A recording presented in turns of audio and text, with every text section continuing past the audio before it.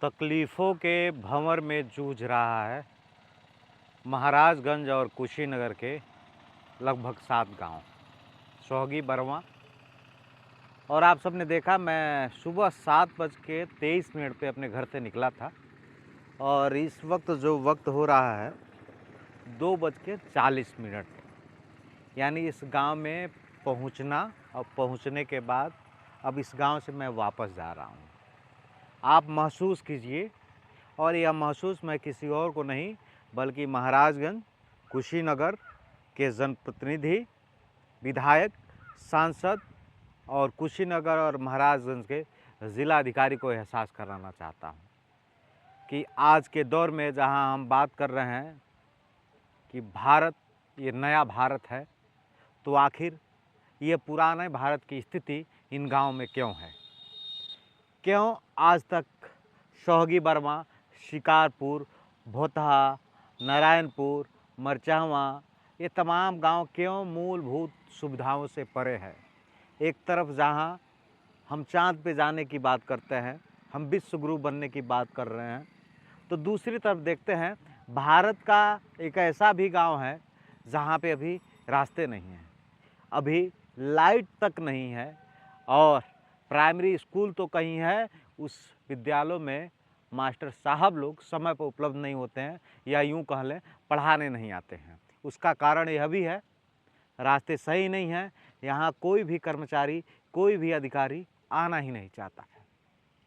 और इस गांव के लोग, इस गांव की आम जनता पिछले 75 सालों से उम्मीद लगा रही है कि अब शायद मेरे सपने सच हो जाएंगे।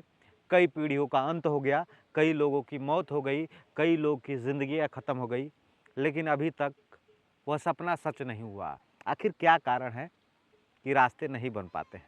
महाराजगंज के सांसद पंकज चौधरी, सिसवा विधानसभा के विधायक प्रेम सागर पटेल, कुशीनगर के सांसद विजय दुबे, खड्डा विधानसभा के विधायक विवेकानंद पांडे, ये सबसे पहला सवाल ये आप सभी लोगों से है और सभी नेताओं से है कि इस गांव के लोगों की तकलीफ़ को जानिए, पीड़ा कितनी है।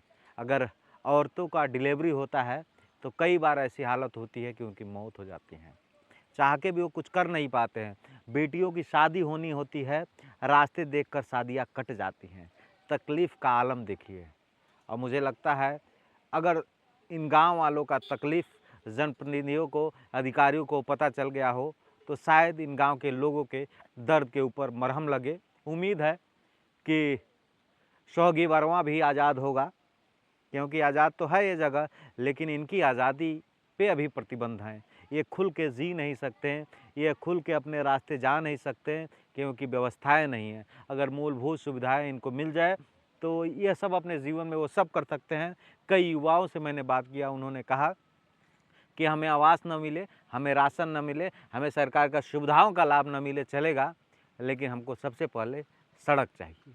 अगर सरकार सड़क दे देती है तो इन गांव के लोगों के ऊपर बहुत बड़ा उपकार होगा। और गांव के लोग कह रहे हैं वो सच में वो व्यक्ति हम लोग के लिए मसीहा ही बनकर आया होगा, जो हमारी मूलभूतताओं का ख्याल रखेगा।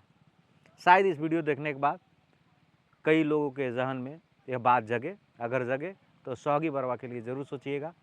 गाँव वाले रिपोर्टर विष्णु प्रभाकर का आप सभी को नमस्कार।